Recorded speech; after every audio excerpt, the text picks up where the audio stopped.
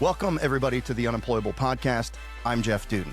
If you became one of America's youngest congressional campaign managers at the age of 23, working for John McCain, if you were super early internet executive in 1994, and in a moment of great leadership, sold the domain name Budweiser.com to Anheuser-Busch for 50 cases of beer. If you ultimately found Convince and Connect, one of the world's most renowned digital strategy advisory firms, advising over 700 brands globally, some of the greatest like Nike, Oracle, and IBM. And if you are a global keynote speaker and author of 7 best-selling books, your name can only be Jay Baer. Welcome, Jay.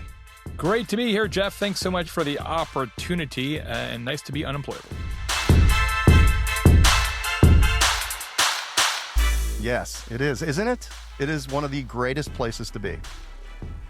It really is, and it's been that way for a while. People ask me sometimes, would you ever want to have a job? And the answer is I would not. Yeah. Well, we're doing a job, but we have more latitude. Indeed. Here's my opener for you. Is there any scenario where a business can spend $0 in digital advertising and still build a great business? Many scenarios. In fact, one of the most impactful quotes I ever heard was from Robert Stevens, who's the founder of Geek Squad, fantastic entrepreneur. He and I were both at a conference once, and he said, advertising is a tax paid by the unremarkable. And I really think there's a lot of truth in it. Now, of course, there's a time and a place for advertising. I've sold a lot of ads. I've bought a lot of ads. But it is also true, Jeff, that many of the most successful businesses in the world advertise the least. They're able to do that because they deliver an experience to their customers that creates conversations. Their customers become volunteer marketers on behalf of the brand. And I will tell you, and this has been true since the first caveman sold an arrowhead to another caveman, word of mouth is, without question, the most cost-effective and efficient way to build any business. You were in the word of mouth Marketing Hall of Fame, correct? So they tell me. Yeah, I've heard of it. Everybody's always talking about it. Everybody's always talking about it. I've never seen it online. Yeah, exactly. I don't have a bronze bust either, unfortunately. Nice. All right. Well, look, being unremarkable brands, and I think about, Tom's Shoes, who gives one pair of shoes away for everyone that they sell. There's other companies that you hear about, but do these companies start with the strategy of being unremarkable and building a word of mouth or referral-based brand, building a narrative around their brand? Or is this something that either desperation, low advertising budgets lead them to, and then when they find success, they double down on it? It's an interesting question. It's both, for sure. I think for brands where the word of mouth device is inherent into the product or service offering, like Tom's, right, where it's buy one, get one. Yes. I mean, that was... Is it buy one, gift one, really, right? Exactly. Yes, that's what I meant. Buy one, gift one. Yeah. That is endemic to the brand. They didn't add that later. That was sort of the thesis from the jump. In other cases, most other cases, people either naturally deliver something that customers don't expect, and that becomes a word of mouth generator, or they decide to add that down the road at some point. Even my own scenario, I've been a professional keynote speaker now for 18 years, and it was probably 12 years ago, if I have my math correct, where I started wearing increasingly vivid plaid suits on stage. I have a collection of 15 or 20 plaid suits, each one brighter than the next. And I did that initially so people could find me when I was done, if they had questions or wanted to hire me, et cetera. But then it became kind of a shtick. And for a while there, Jeff, when people would book me to give a speech, they would go to a website that I would give them. It was dressjaybaer.com. And on that website, we'd have photos of me wearing each and every one of the suits. They could pick which suit they wanted me to wear for their event, and then it would go on my calendar. So I would know what to pack. And sometimes they'd match their logo, and sometimes they'd want it to contrast with their logo. Sometimes they'd have the attendees vote on which suit I would wear, which was fun. So that became one of my calling cards. And that was not something I started from the beginning. It was something that I added later as a word of mouth device. So to answer your question, both are possible. The interesting mechanics about what you did there is when we go and do speaking, and I do some, you want to create a teaser, you want to create a reason for people to show up, but more often you just want engagement. You just want them to open the email or to read the message and to understand who you are and maybe learn a little bit about you before you show up. So having them pick a suit, it seems unoffensive, it's non-committal, it's fun.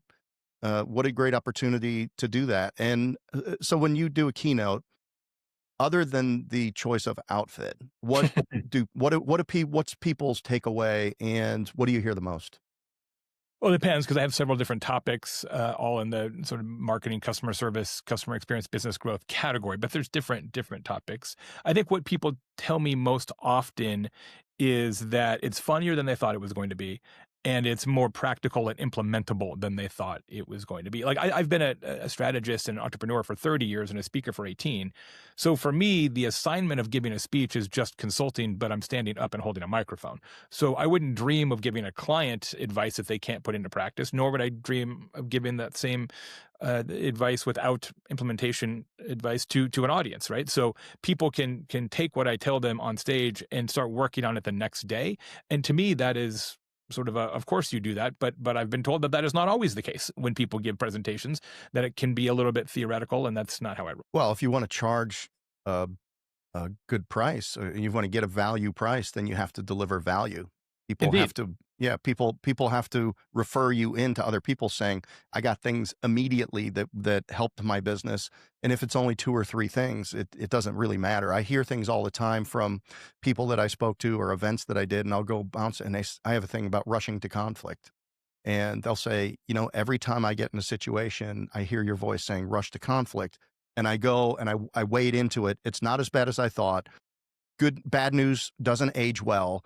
I dealt with it right away. And that's a tool that you gave me that was worth every bit of the $0 they paid me to hear me speak. That's fantastic. Yeah, I always feel like, and I say this a lot to clients, like people will have an amazing time in the hour that I'm with them. Like that, I do this for a living. Mhm. Like that's going to happen. But I don't really care about that. What I care about is 6 months later, are they making more money? Like, is their business better? That's the measure of the value. Is not what happens in the 60 minutes, but what happens in the 200 days. And so for me, that's how you actually determine whether it's worth it. You said it was funny. Is the humor baked in, or is it off the cuff? Both. I've done a lot of MC work as well, so I have the ability to sort of riff, but there are definitely, you do this enough times, there are definitely pieces of it that are designed to bring humor. Like a lot of people who architect presentations, I try and go back and forth. Right, it's serious and then it's funny, and then it's serious and it's funny, and you try and check all the boxes, right? You try and hit all the emotional beats, and sometimes it's wistful, and sometimes it's nostalgic, and sometimes it's a little bit brusque, and sometimes it's funny. Yeah. What about humor in advertising?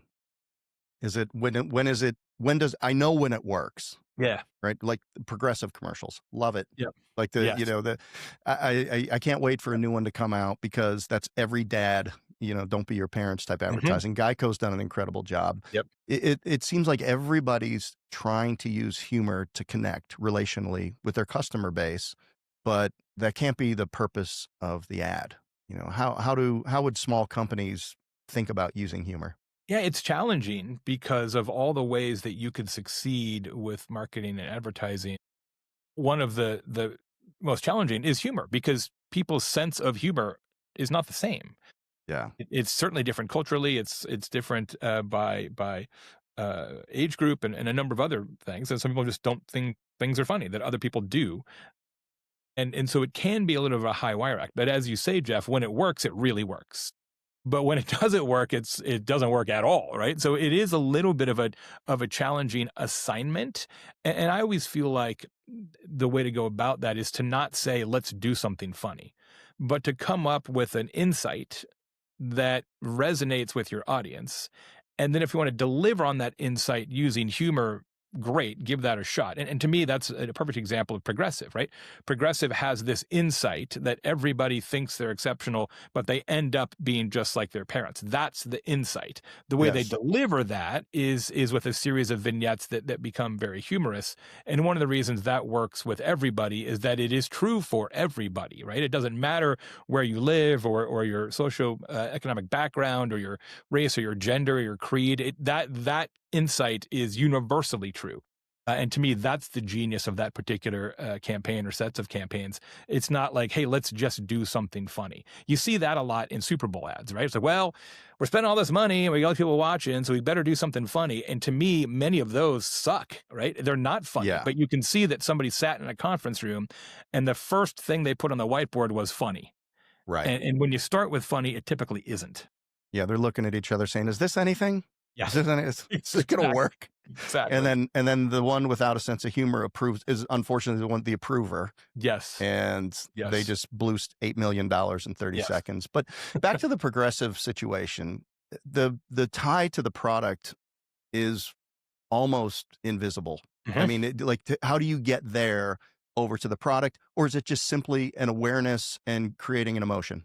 Yeah, it's interesting. I've had that same thought, right? That they really don't have much by way of call to action, nor do many people in that category, in the insurance category. But they spend a tremendous amount of money, and so I think it's primarily a what can we do to get you to remember our name? And then when you're shopping, you will at least give us a chance because you remember the name, which is not a strategy fiscally that works in most categories, right? Because it's very expensive to have unprompted, significant, widespread, always on name ID, right? It's really hard. It's hard locally, much less Yeah. nationally. So you've got to spend a bunch of money. But when people are like, okay, I should look at my car insurance or my home insurance or whatever, they're going to think Geico and they're going to think Progressive and they're going to think Allstate, right? And maybe they'll think State Farm if they're thinking about more of a local operation. Or And khakis. yeah, sure, exactly, right. And then you got the general and all the other like second and third Yeah. tier folks, right? And that there's a Nationwide, right? With the Nationwide is on your side jingle with Peyton Manning, et cetera. The same kind of thing, right? They're not talking about insurance; they're talking about Peyton Manning, and the jingle is what keeps in your mind, or So it's a really insurance in particular is a really fascinating category to study about how they actually attract customers. I think everybody was chasing Geico because Geico had so much success for Yes, so long. And when they went through the caveman thing and then they get the lizard thing. And at the end of the day, though, they're the ones that have the best call to action, which definitely. is save. Maybe Hey, 15%. Yeah. it's so simple. A caveman could do it. Yep. Take 15 minutes and save 15%. And by the way, they do my jet skis. They did my boat. They were cheaper. And they're easier online. I can access I sold a boat and I had to cancel a policy. I'm like, well, this is going to be a real pain in the ass. And it's like now one of my goals in life is to one day successfully cancel a gym membership. I haven't got, It'd be but as easier to far, buy a gym than to cancel a membership. yeah, well, yeah, you have to buy it just to go ahead and check the box. But in terms of, I went on to the website, man, and this is not a Geico commercial. We don't get paid for this, but I was able to cancel it. And they didn't try to say, why are you trying to cancel? Don't you need to talk to somebody? Can we do it for 20% less next year? They just made it easy. They sent me an email. I got a confirmation immediately. I got a text and they were like, you're done, sir. Yeah, I mean, you just demonstrated the power of customer experience, right? I mean, isn't it sad that your expectation was that it would be a complete hassle? I mean, Yes. what does that say about business that you are assuming that this is going to be a tortuous, walking through glass situation, and that you are so delighted and amazed by the fact that that was not true? That here you are on a very popular podcast talking about it unprompted and unpaid. When people say, "Does customer experience actually make a difference in business in terms of financial outcomes?" Yeah, we just proved it. Yeah. And I would like to point out, Jay just said very popular podcast. Now, Jay, I'm holding up your book for Yes. people on Apple or Spotify, and it is The Time to Win. And you just gave me the great lead in because my Geico experience, it was fast. And I've heard you say that the speed of response is even more important than the speed to resolution. Yeah, that's true. And I read the book and it's a great, this just because it's small and just because it's very affordable doesn't mean that it's not packed full of action. I've got the whole thing highlighted here. So talk to us about some of your insights on time, because I found them to be very unique and absolutely intriguing. Thank you. Yeah, it is a very small book, and that wasn't the initial plan. As always, when I do a new book project, we did a tremendous amount of first-party research. It was the largest research project ever in the United States on the power of speed and responsiveness in business. And so I had a lot of data, and so I sat down to write a book, and it was going to be what we would consider to be a full-length business book, as I've done many times in the past. But I started to write the book, and I got into it. I'm like, wait a second, like this seems weird to make people spend like 6 or 7 hours reading a book about speed. Like that seems to be the opposite of what I'm trying to talk about here. So Right. it just felt like that's not really on brand for this message. So let's instead make a very small book that you can read very quickly, which then includes all the really important stuff and none of the fluff that certainly accompanies many business books. And it's been really popular. People, they get them at conferences or they buy them on Amazon. And as you said, it's just a few dollars, and you can read the book in an hour. And because the way we designed it, you get all the stuff that you would need in an hour as opposed to 6 or 7 hours. It's also nice in events because people can put it in their pocket, right? I always, it's always hard when you're doing a book signing and someone's trying to carry around a hardcover book and a glass of Chardonnay. Like it's just a hassle, right? So Right. it's actually worked really well from that perspective. I know which one they're going to keep if it's my book. Yeah, there you go. There you go. That book's There you going go. right in the recycle bin. So at the door. what we started off with was again an insight, an observation, Yeah. was that coming out of the pandemic, our relationship to time and how we spend it changed. That was the initial insight, that people were making different behavioral choices than they made pre-pandemic because the value of time had gone up. And a lot of the trends that we saw coming out of the pandemic, quiet quitting, great resignation, people wanting to work from home, they have to spend time in a car commuting, leisure travel, which is where the combination of business and leisure travel, you bring your kids to the conference and double dip the trip. Baseball, right? Baseball started the pitch clock, and now the games are 25 minutes a night shorter, record attendance, record TV ratings. People didn't want to spend 25 extra minutes a night watching somebody stand around and scratch their nuts, as it turns out. All of these trends are the same trend, which is that we care about our time more than ever. And so fueled with that observation, we then did this big research project and said, well, what's the ramifications of that? If you give your customers time, will they give you money? And if you cost your customers time, will it cost you money? And the answer is very clearly yes. 2/3 of customers say today that speed is as important as price. 2/3. How many of us run our business as if that were the case? Very few indeed. And that is the opportunity. That's why the book is called The Time to Win, because it is your time as a business owner, an entrepreneur, and executive to use speed and responsiveness to outperform your competition before they realize what has happened. Next year for our brands, and we at Homefront Brands build property service franchise platforms. And I have my I'm a very big Jobsian quadrant person. So what am I going to focus on for next year? One is accuracy. And if it's not 100% right, it's wrong. And another is simplicity, reducing the number of places people look to get the accurate information, which actually has an undercurrent of speed to it. Another one's capacity. We're driving more business and more leads than our franchise owners can produce. And they have to be drowning in business before some of them will add the next truck, add the next crew, add the next salesperson. So, a lot of our conversation needs to be around capacity. E-Myth dilemma, for sure. Yeah. I mean, so we got to help them. I mean, it's great if we can drive X dollars of business, but if they can only produce half of X, then we're going to do half of X. So the other thing, but I actually dedicated a box after reading your book to speed. Yeah, that's great. Thank you. Because I appreciate that very much. Because if you think about the speed at which a customer can access the information they need, the speed at which we can coach a franchise owner to make a better decision, and it goes right along with our performance coaching and things that we've rolled out in the last 6 months. And I think it's so overlooked. And is that because business owners are myopic? They're thinking about what's the quality of the product that people are getting? What does it look like when it's done? Right? Okay, I'm a siding company or I'm a roofing business, and they're like, yard's clean, the roof looks straight, nothing got broken, everything was as expected at the end of it. But if there was all of these service delays from the first call all the way through, and poor communication, which feels like a waste of time in uncertainty. I mean, uncertainty is a waste of time. Yes. You just wasted my time because I had to try to figure out what you were trying to tell me. But I think it's a huge miss for people that are running particularly small businesses. Yeah, I completely agree. Clearly, I think the reasons are twofold. One, again, this is a different world, right? Like we do care about our time more than we did.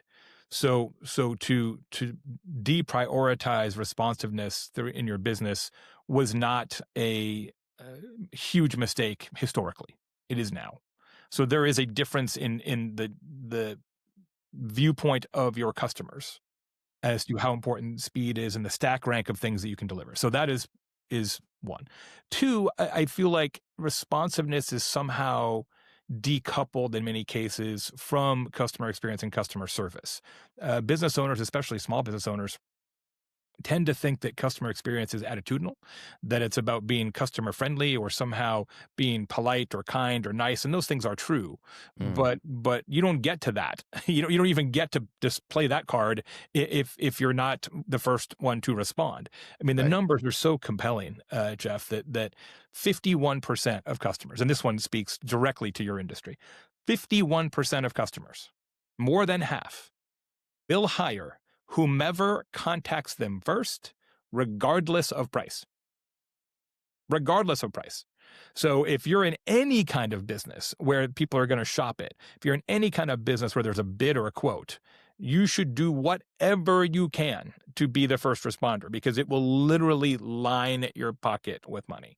And then if you're in a kind of business where you have repeat customer interactions, whether it's lawn care, pest care, anything along those lines, HVAC, where you're going to come in and do quarterly services, things like that. Anytime where you're not doing a one and done with customers, the responsiveness part of it becomes even more important from a lifetime value consideration, because 83% of customers, which is a shockingly large number, say that speed and responsiveness is a critical factor, not a factor, a critical factor in their loyalty to any particular service provider.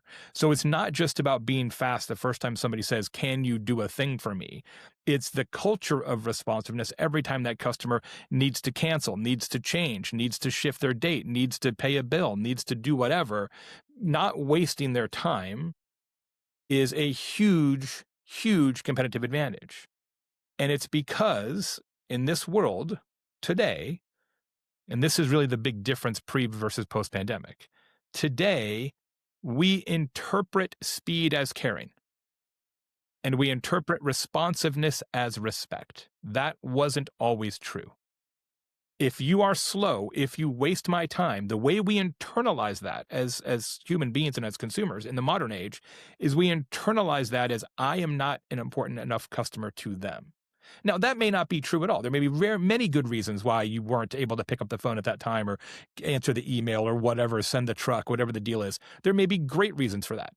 But the psychology of that, the customer internalizes it as a lack of respect, and that's how you lose your customer. Being responsive, it implies priority. It implies importance. You're important to me. When you hear, or when we don't hire somebody, it's like we've called them 3 times and they don't care enough about us even to call us back. How much are they going to even care if we have a problem with the job, or Exactly. what the quality of the jobs can be? They might be the greatest fulfillment and service delivery company on the planet, but that's not the messaging that we're getting as consumers. If it's this hard to give them money, like how hard will it be to actually get what I need out of them eventually? And that's it. That tone setter is really important. That's why this first contact responsiveness is crucial, because it sets the tone for the entire relationship thereafter, right? And I've taught this now to a lot of people since we wrote the book, and it's crazy how many folks get back a hold of me like, "Yep, Jay, we added more people on the phones, or we changed our email response, or we added a quote via text, or all these different techniques that you can use to be faster from the jump." And it's been really, really working for people. Can being early be as bad as being late? I don't know if it's as bad, but it can be a problem. Now, look, there is a circumstance where you can be too fast. Okay. Many of us have experienced it. The example I use in the book is that I live in Indiana, not necessarily home to the most pervasive and authentic Mexican cuisine, but I'm from Arizona originally, so you got to do what you got to do. So there's a Mexican restaurant here in town. I went in there and I ordered chicken enchiladas. And they brought me enchiladas, I'm not even kidding, in 90 seconds. It was astonishing. I like basically started talking to my wife, turned back, enchiladas placed in front of me. And I was first like, really, I'm like, wow, that is some service. And then I thought, wait a second, that's really fast for enchiladas, even in a Mexican food restaurant. And I was like, what is the deal here? Do they have an enchilada machine of which I'm not aware? Did somebody else order enchiladas, but they wanted the beef, and so they just put it on the hot window and waited for the next guy to order it, and it was me, and like, this is already made? Or do they have like a fortune teller who checks you in and they already know what you're going to order? The whole thing was very puzzling. It was so fast that I literally distrusted the enchiladas. Right. And I ate them anyway. Right. And, they were fine, but I distrusted it.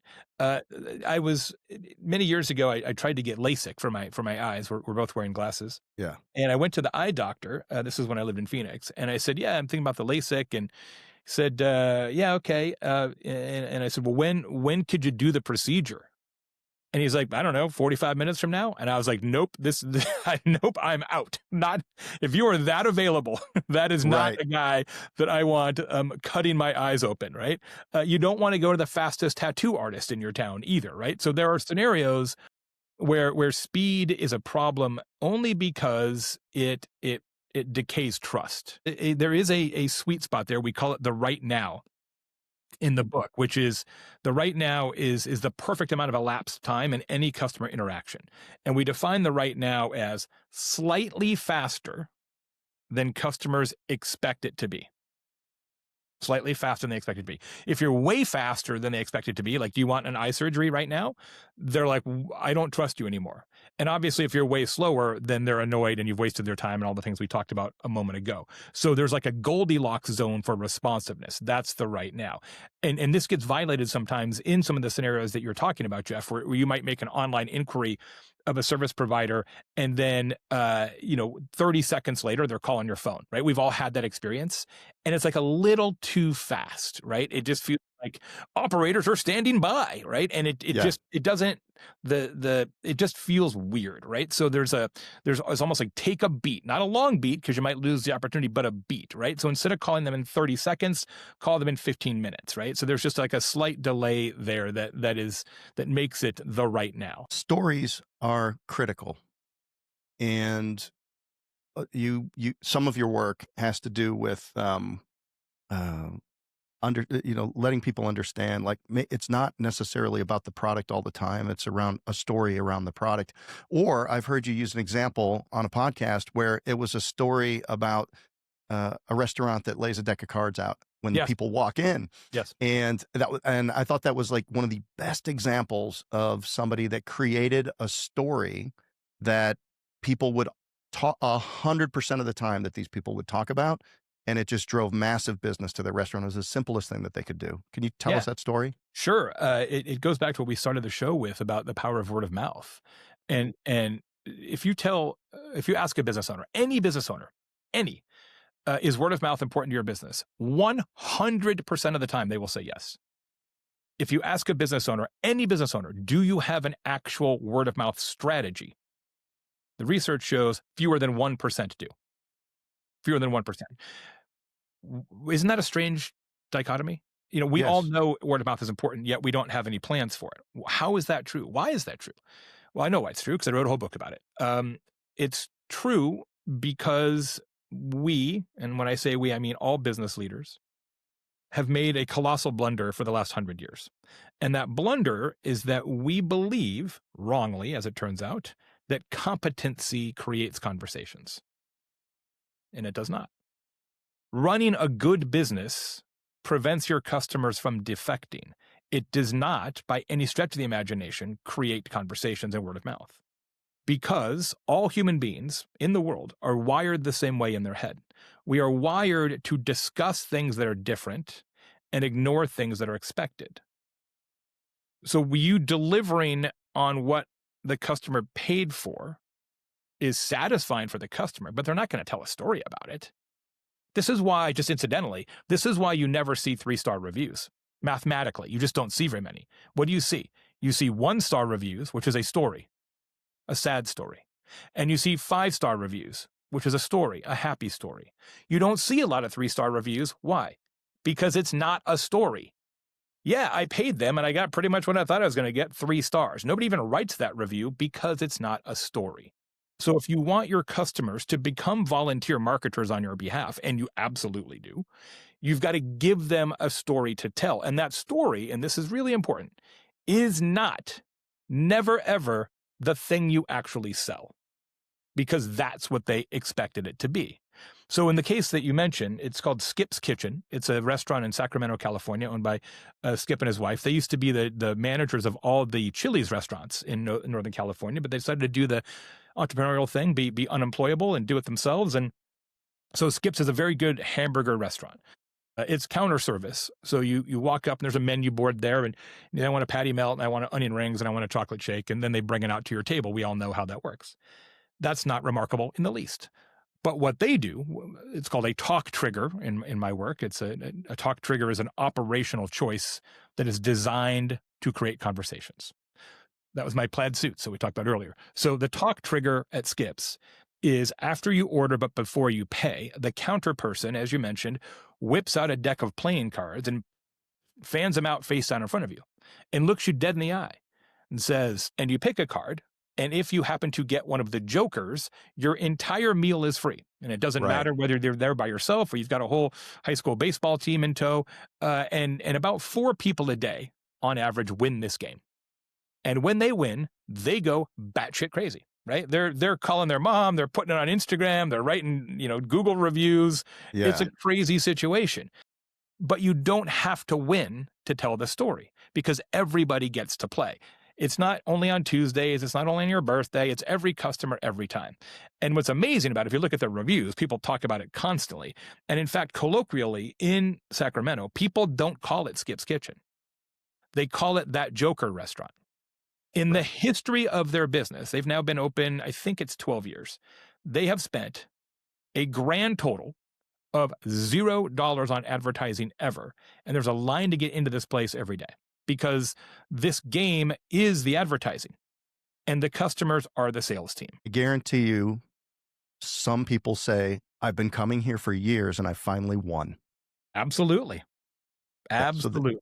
Yeah. And I was thinking about that today, and I was like, man, but the key is after they order. So it's like the game where I'm going to put a piece of number on a paper and slide it over to you and look at it, and you're going to say, I'm going to buy or sell the company. It's the same thing. It's like, okay, they might order more because there's a chance that they're going to get it for free, but they've already decided to pay for it. So it's not like they're already pot committed. They're already committed. So it keeps it pretty honest that way. What a brilliant strategy. Do you have any other stories like that you could share?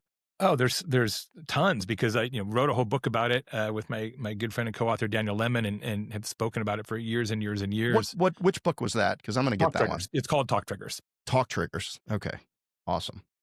And in fact, one of the stories. So we have to have a talk trigger for the book Talk Triggers, obviously, right? So just like my plan. So the deal was, and it's written, in the cover of the book or inside cover. It's like, all right, look, here's the talk trigger for the book. If you don't like this book, for any reason whatsoever, let us know. Here's our actual email address, and we will buy you any other book that you want. Okay, that was the shtick. And we sold a lot of books, and we only had 2 people take us up on the offer.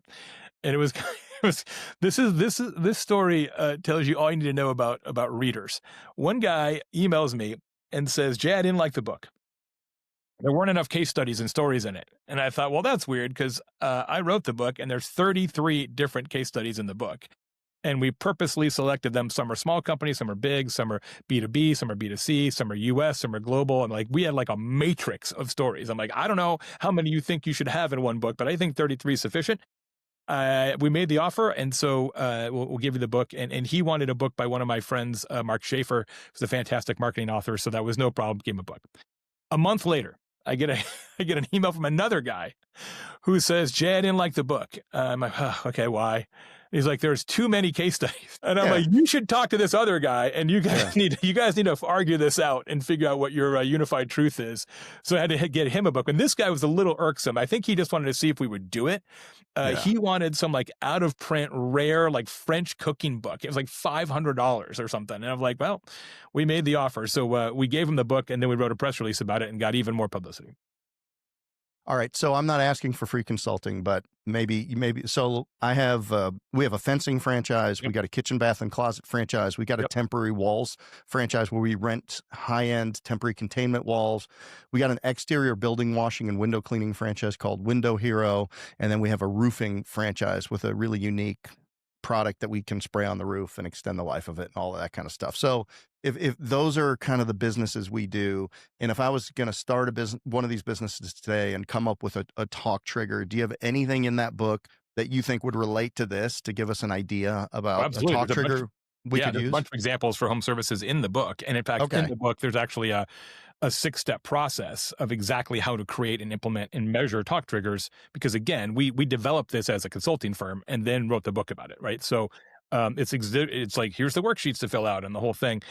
It's important to understand, though, in terms of the provision of talk triggers, that it isn't really just about let's get in the conference room with pizza and a couple of beers and come up with a fun idea, right? This is operations that then has some kind of byproduct for customers. It's not really about imagination. It's about thinking through the strategy of it. So some of the things that are required for a talk trigger to work, it needs to be remarkable, right? So it needs to be a story worth telling. It has to be something different enough or unusual enough that people feel that they want to use their own breath to tell their friends about it, right? Yeah. And that is a fundamental error that many people make when they try to do word of mouth. They're like, well, what we're going to do is, we're going to do the roof coating deal, but it's going to be $50 off. Well, okay, but that's cool, but no one's going to tell a story about that. Nobody cares. No one's going to talk about that, right? That is a bullet point. That's not a story. There's a big difference between a bullet point and a story. So that's the first one. It's got to be remarkable. It has to be repeatable, meaning in Skip's Kitchen's case, everybody who eats there gets to play. One of the mistakes that business leaders make in terms of word of mouth is they try to truncate it and say, okay, well, let's do it this way. We're going to give this special thing to our biggest customers or our best customers or our oldest customers. Airlines do this, right? They segment their customer base by value. You don't want to do that, right? Because you're trying to get as many storytellers out there telling your tale as possible. So you want to make sure that you launch this talk trigger at a point in your customer journey that every customer gets a piece of it, right? So in your case, it might be not just for brand new customers, but for all customers, even those you've already acquired. Third thing it needs to be is reasonable. Okay. One of the mistakes that people make is they're like, all right, we're going to create conversations. We're going to shock and awe these people. We're going to give away a Caribbean island, right? And you basically try to bribe people to talk about you, and that doesn't work. And in fact, it works terribly.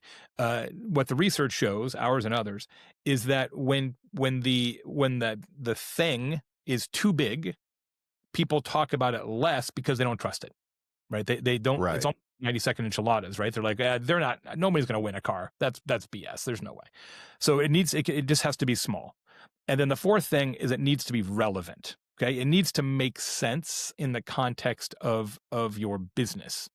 It can't just be like randomness, because then the story becomes about the randomness, not about you. So there's a locksmith in New York City. His name's Jay Baer. And he's the highest rated locksmith in New York City. According to Yelp, who I did a partnership with for the book, he is one of the highest rated businesses in New York City, period, which is saying something, right? He has a talk trigger. His talk trigger is that once he finishes doing whatever he's doing, he's rekeying your apartment or whatever, he does a comprehensive security audit of the premises, checks every door, checks every window, gives you some advice, gives you some recommendations. Every other locksmith in New York City will provide the same service, but they do it for $199. He does it for free, right? He's like, I just want you to be safe. And that is his talk trigger. People talk about it all the time. And that makes sense, right? It's locksmith security audit. I'll give you another one that you'll appreciate in home services. There's a business in Los Angeles called Mike's Plumbing, and Mike Diamond Plumbing. And he's very, very successful. He's grown from one truck. I think he's rolling 50 trucks now or something.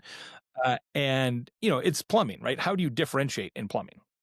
Nobody, it's a challenging business because everybody's delivering essentially the same services at approximately the same price. Theirs is genius. It's one of my all-time favorites. I wish I came up with this, but I did not. They did it themselves. On every truck and on their signage and everything else, it says Mike Diamond, the smell good plumbers.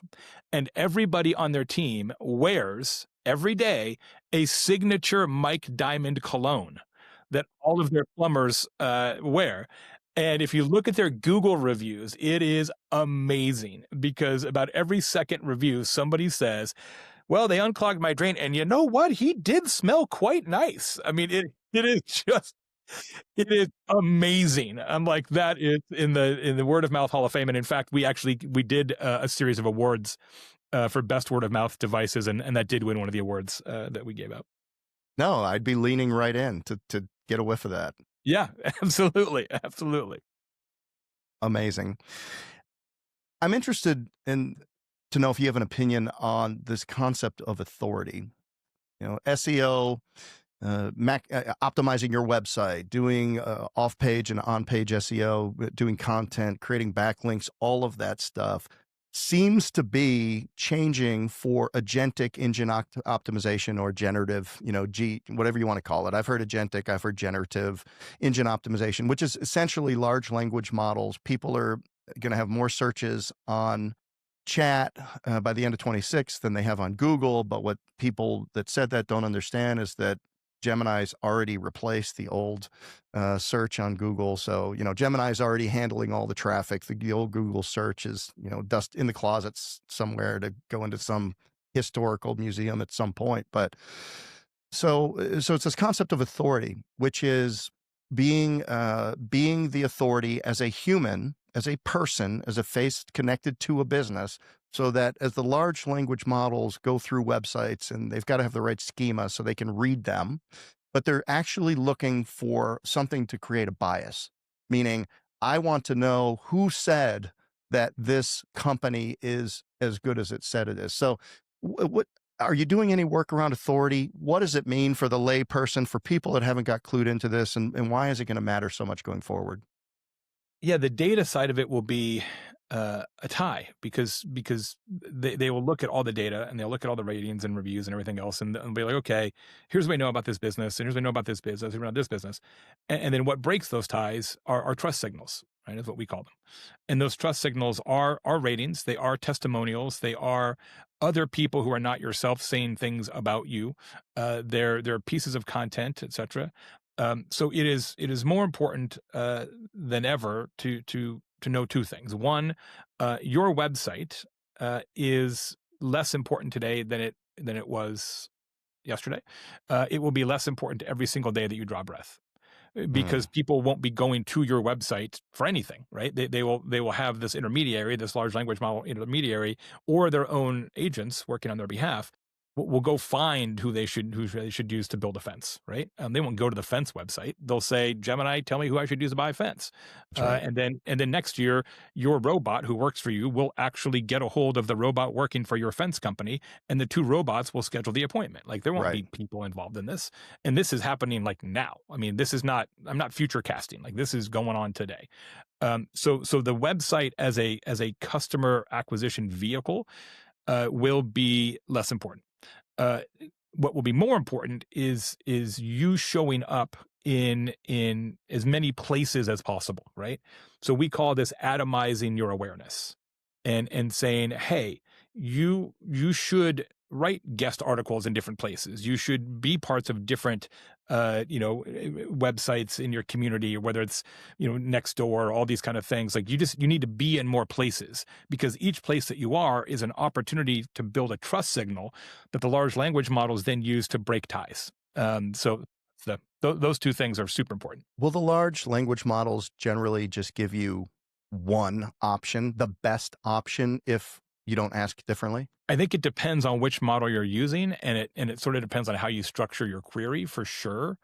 Generally speaking, today, no, they will give you multiple options, but once they start fully baking ads into the answers, we'll see. Yeah, it's getting really interesting. Yes. I was concerned about Google for like 5 minutes, and then I realized, well, look, they already have your eyeballs, right? I love Perplexity. I use Perplexity constantly. But then I realized it doesn't even matter if it's better, and I'm not sure that it is, but There's no way my mom's using Perplexity. There's no way. My mom knows Google, trusts Google, has always used Google, knows how to find Google on her laptop, on her iPad, and on her phone. So unless Google completely shits the bed, which I don't think is going to happen, they're still going to win, right? Because they already have that relationship with the customer. Yeah, and as opposed to companies like Amazon or Facebook, or other places, they have less end user license agreement requirements around the data. They have all of the search data. They own it, where the other companies have to access it. Exactly. So that's why Google generally wins. I mean, they sit back and they watch all these little companies create AI to create videos and pictures and things like that, and then boom, out comes Sora, and it's the best, Yeah. right? So Yeah. they have learned how they do not need to be first; they just need to be best. Yeah. I mean, that's the Microsoft playbook and the Apple playbook. Yeah, outstanding. You mentioned humankind. Is that some work that you're doing right now? What is? Yeah. Yeah, it's a great lead-in talking about AI. Today, as we're talking, you can, as a business person, outperform your competition by adopting AI faster and more pervasively in your organization today. That opportunity to win will be very short because AI is very quickly being commoditized. Right? Yes. The same way that at one point you could succeed disproportionate to your competition because you had a website or a better website, right? Or live chat, or a phone at some point in the past. Your ability to outperform based on AI is going to be very short indeed, because AI at the business level is pretty inexpensive and will be so widespread, it will just be a tie, right? Like you're going to have it, your competitors are going to have it, everybody's going to have it, and that's just the way it is, right? So then what wins, right? So what stands out in a world run by robots? And it is the human touch. It is the personal touch. It is true caring and empathy and sympathy and all the things that are in such short supply now. Those are the things that will win. Probably the best current example is Chewy.com, the pet retailer, who if you happen to lose a pet, will stalk you in social media. And then they have a network of 1,011 freelance oil painters that work for them. They will send a photo of your pet to Chewy, to one of their oil painters, who will paint a portrait of your deceased animal, attach a handwritten condolences note, and FedEx it to you. So you live chat this company and you say, yeah, unfortunately, Bailey passed away. I've got an unopened bag of dog food. Can I return that? And they always say, no, please don't. Just donate it to a local shelter. The next day, you get a knock on your door and you open the door and it's a FedEx box from the pet supply company with an oil painting of Bailey and a handwritten condolences note. They do this hundreds of times a day. Wow. And what are the chances that you will ever spend money with any other pet supply organization the rest of your life? 0%, right? Well, two reasons. Number one, you don't have a dog anymore. Yeah, that's true. Yeah, your spend goes way down temporarily. It does go down. Boy, I almost can't wait till Charlie dies now. Thanks. Yeah, I tell you. And look, one of the things I talk about in that presentation, Humankind, is I like magic a lot. Okay. I like magic and magicians. I really appreciate the art of it and how they combine the verbal with the manual, etc. And one of my favorite acts is Penn and Teller. It's true for many people. Yes. Teller's the short one, right? Who doesn't talk on stage. He talks off stage a lot, but he doesn't talk on stage. Teller has a trick in their show that he worked on every single day for 21 years before he put it in the show. It was that hard to master. Every day for 21 years. And he has an amazing quote that I talk about in this presentation, I think really encapsulates how I feel about the power of humanity in a robot AI world. He said, sometimes magic is just working harder on something than anybody would reasonably expect. And that human touch, that bespoke paint and oil painting of your pet ain't easy and it ain't free. The problem with business leaders now is they want to succeed and also not work at it very hard. It doesn't. That's not an equation that we can get behind.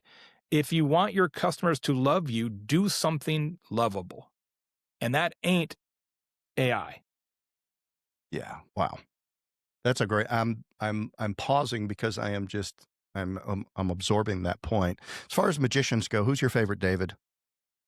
Well, I would say it's probably Blaine, only because, I mean, he's a little bit, a lot, actually. This guy's a lot.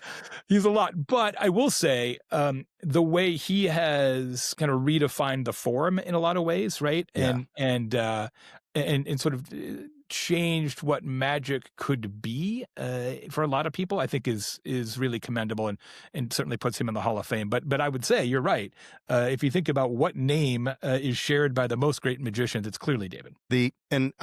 I love magic, but I like street magic. I like out there, the big shows with we're gonna make the Statue of Liberty disappear. I'm like, Yeah. okay, all right.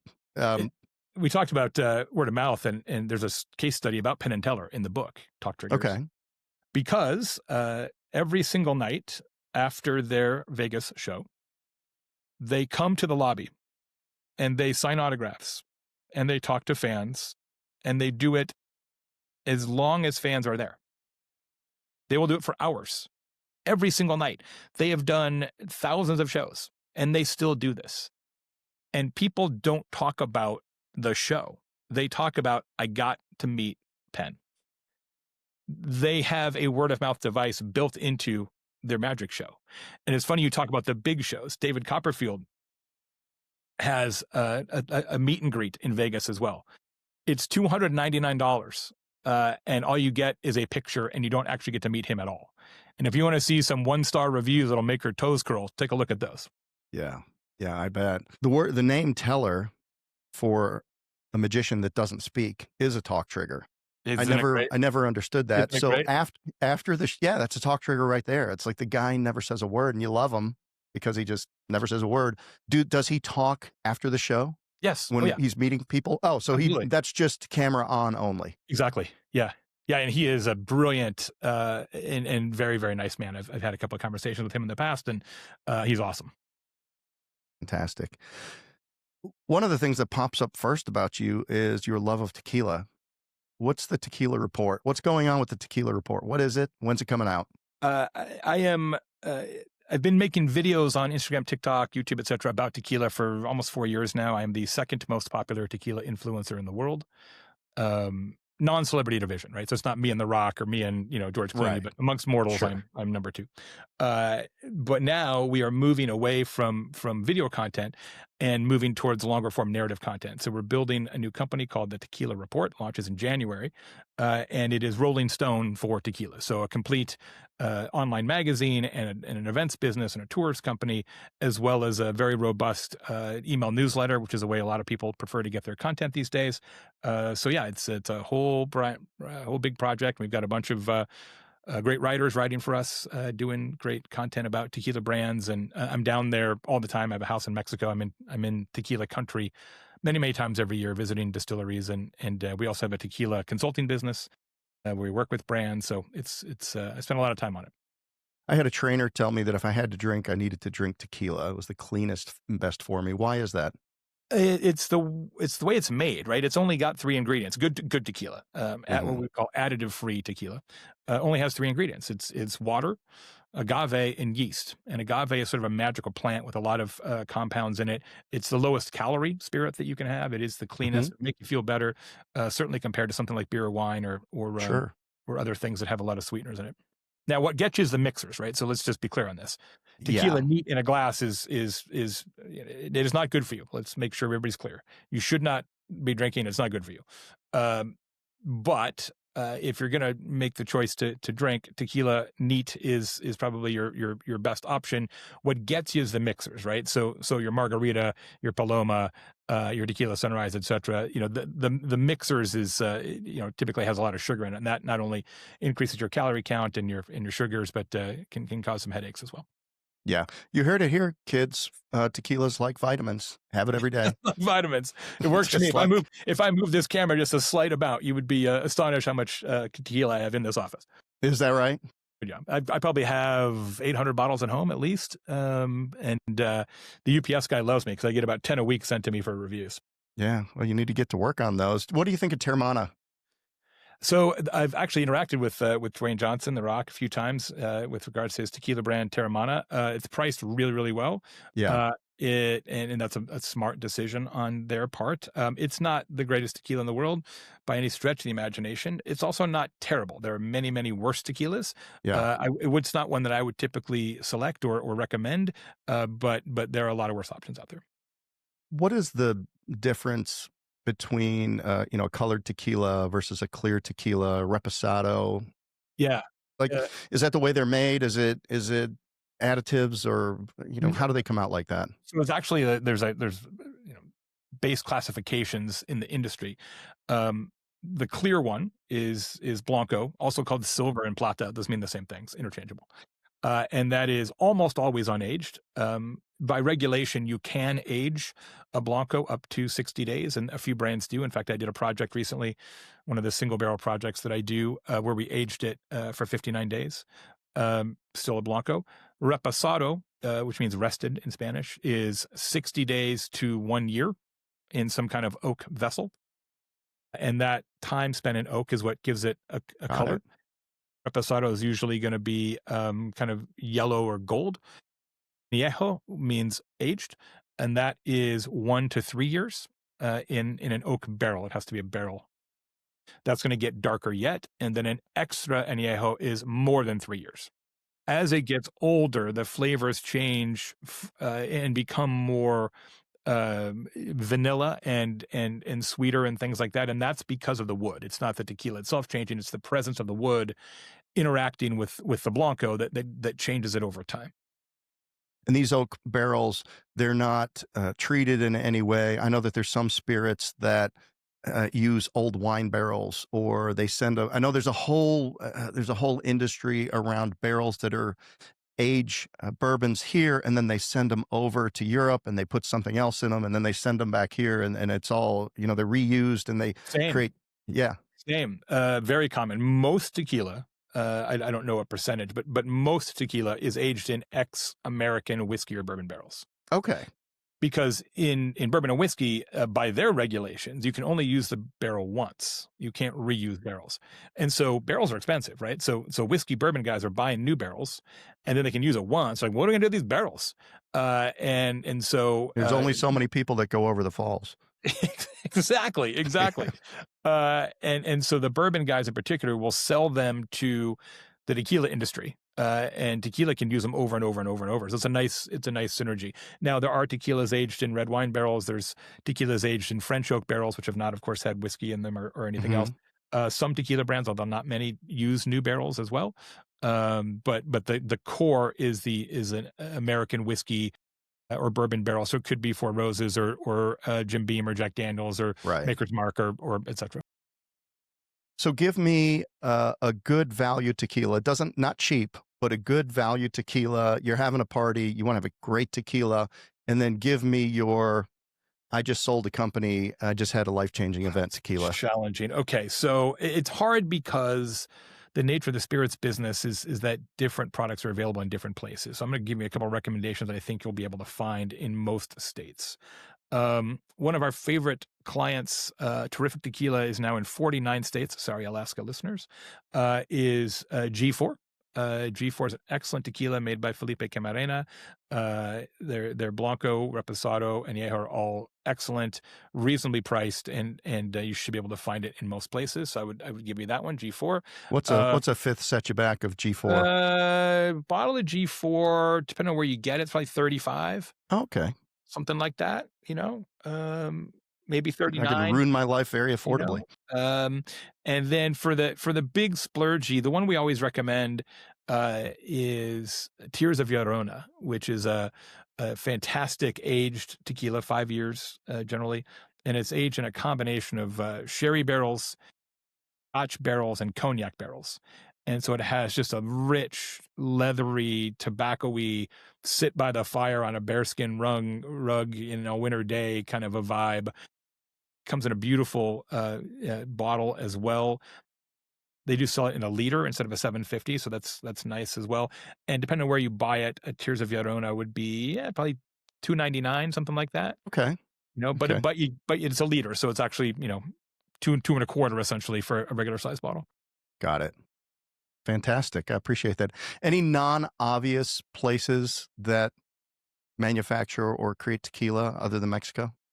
No, because it has to be there. It's an international denomination of origin product, the same way that champagne is, or Parmesan cheese, etc. So it has to be made in only 5 states in Mexico.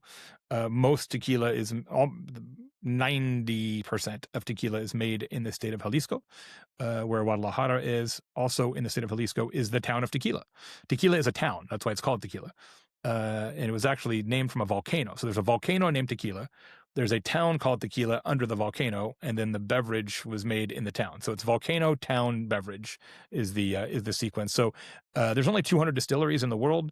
Most of them are related in some way or the other. There's a lot of families that go back 5 or 6 generations in the tequila business. So it is we love it. But the people are the best, right? It is an unbelievable collection of awesome folks down there doing really, really hard work and making beautiful, beautiful spirits. And it's a real pleasure for my business partner and I to be part of it.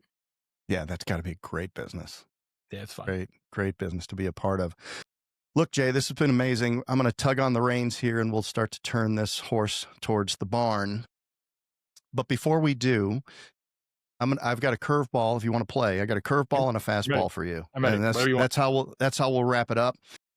And is there anything that maybe I should have asked you that would really be a quick little snippet for small business owners from a marketing perspective? Like you're just a real obvious thing.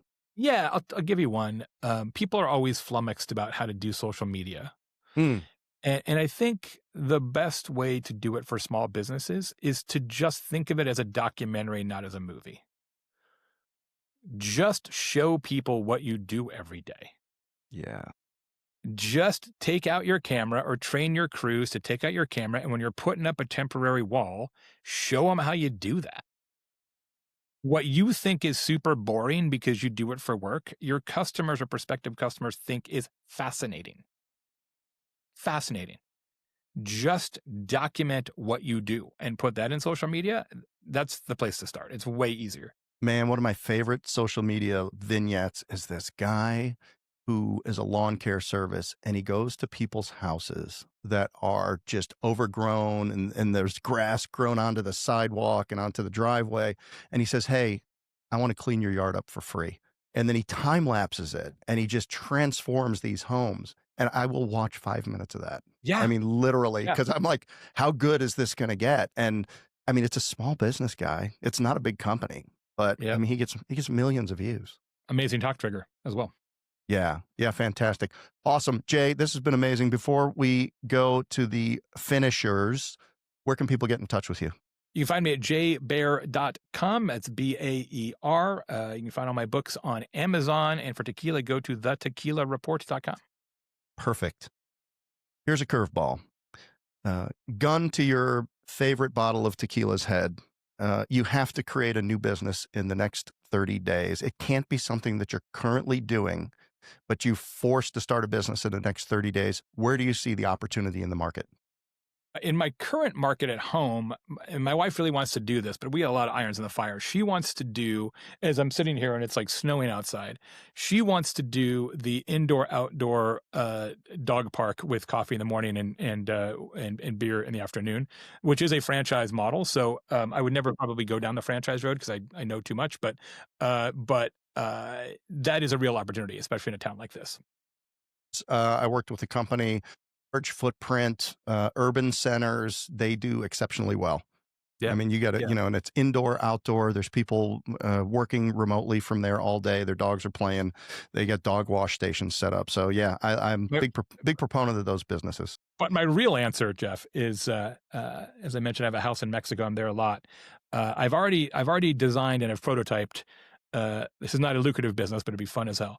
The signature Jay Baer dive bar and taco tour in Puerto Vallarta, Mexico. So that business is going to happen someday. That sounds like a lot of fun. Sign me up. Put me on the newsletter. You got it. You got it. All right. Okay. Last question. Fastball, straight down the middle. If you had one sentence to make an impact in somebody's life, what would that be? Some days you're the pigeon, and some days you're the statue. The most important thing you can do, in my estimation, in business and in life, is to not get too excited about your wins and too disappointed about your losses, because you're going to have both. The reason I say that, there's a sign just off camera that my mom gave me when I started my first business. And it says that, remember, some days you're the pigeon and some days you're the statue. And I look at that sign every day. And I've had a lot of successes and also a number of failures. And if you can just kind of keep yourself even keel, you'll be happier and the people around you will be happier as well. Yeah, I think that's incredible advice. Never let the highs get too high and the lows get too low. We'll have a great success and we'll take it and we'll just move on to the next conversation. And somebody will be like, aren't you excited? I'm like, no, because I got punched in the face 3 times. It'll happen again tomorrow. You just, you literally, you almost have to be extrospective as a watcher of your life from the outside, because if you just get emotionally, engaged in every little thing, it's a distraction. Absolutely. You just got to keep moving. It's all about finishing. Well, that's a great, Jay, thank you for being on today. This has been incredible. The value's been amazing. I've got pages of notes here, and I'm certainly going to order a few more of your books, especially Talk Triggers. Very kind. I really appreciate that. It's been a tremendous joy interacting with you and the audience. It's been a lot of fun for me, and I'm glad we did it. Awesome, Jay. Thanks again. You bet. All right. I'm Jeff Dudan. We've been here with the incredible Jay Baer on the Unemployable Podcast. Thanks for listening.